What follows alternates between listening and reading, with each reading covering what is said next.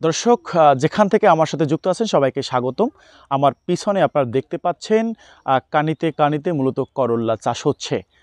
এই করল্লা যেখানে চাষ হচ্ছে এটি হচ্ছে সবজি গ্রাম খ্যাত কুমিরমারা। কুমিরমারাটি হচ্ছে পটুয়াখালী জেলার কলাপাড়া উপজেলার নীলগঞ্জ ইউনিয়নের।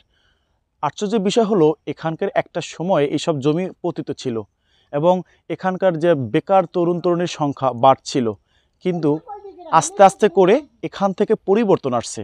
সেখান থেকে কালের পরিবর্তনে এখন এই অঞ্চলের মানুষজন 90% মানুষ এই কৃষি নির্ভর।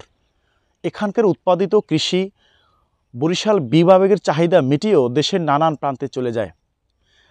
আমাদের পাশেই রয়েছে পাখিমারা বাজার। এই পাখিমারা বাজারে এই কুমিরমারা থেকে যে উৎপাদিত সবজি সকালে হাঁকডাকের মাধ্যমে কয়েক লক্ষ টাকার সবজি বিক্রি হয়।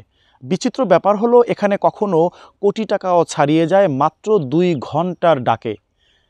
দেশের নানান প্রান্ত থেকে অনেক ট্রাক রয়েছে এবং অন্যান্য পাইকারিরা সকাল থেকেই হাঁকডাকের মাধ্যমে তারা সরজমিনে ক্রয় করেন।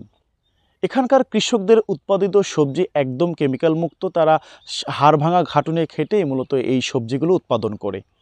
এখানে অবেলায় সারা বছর অর্থাৎ 12 মাসই সবজির চাষের সাথে সম্পৃক্ত থাকে এখানকার কৃষকরা।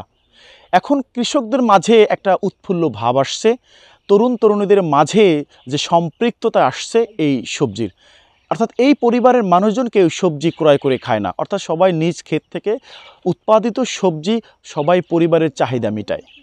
এই অঞ্চলকে যখন দেশের মানুষজন ফোকাস দিচ্ছে তখন আমরাও আসছি এখানকার বাস্তব চিত্র আপনাদের সাথে তুলে ধরার জন্য।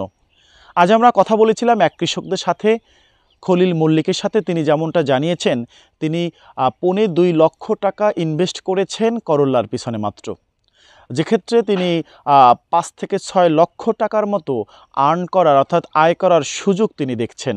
শুধু এটা গেল করল্লার বিষয়, কিন্তু এটা ছাড়াও তার রয়েছে আরও অন্যান্য সবজি।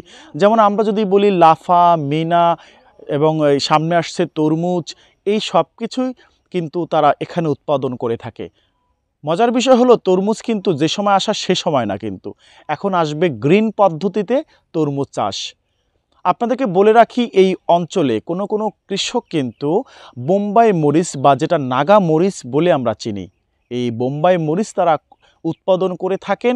দেশের মধ্যে একটা বিপ্লব ঘটিয়ে থাকেন এই নাগা মরিচ দিয়ে। কেউ যদি 1 লক্ষ টাকার মরিচ ব্যয় করে উৎপাদন করার ক্ষেত্রে, সেক্ষেত্রে কৃষক কিন্তু 3 গুণ লাভ করে এবং এটা সম্ভাবনাময় একটা রয়েছে এই নাগা মরিচটি। নাগা মরিচটি যদি সঠিক পরিচর্যা পায় তাহলে দেশের বাইরেও রপ্তানি করার সুযোগ রয়েছে এই অঞ্চল থেকে।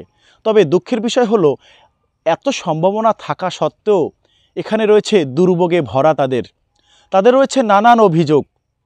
তাদের যদি যাতায়াত ব্যবস্থা ভালো থাকতো, সময় মতো তাদের উৎপাদিত ফসল সবজি তারা মার্কেটে নিতে পারতেন, তখন তারা ন্যায্য মূল্য পেতেন। এবং এখন যদি তারা ন্যায্য মূল্য থেকে বঞ্চিত হচ্ছেন, কারণ ক্যারিং খরচ তারা বৃদ্ধি পাচ্ছে, অর্থাৎ পার কেজিতে 5 টাকা লস হচ্ছে।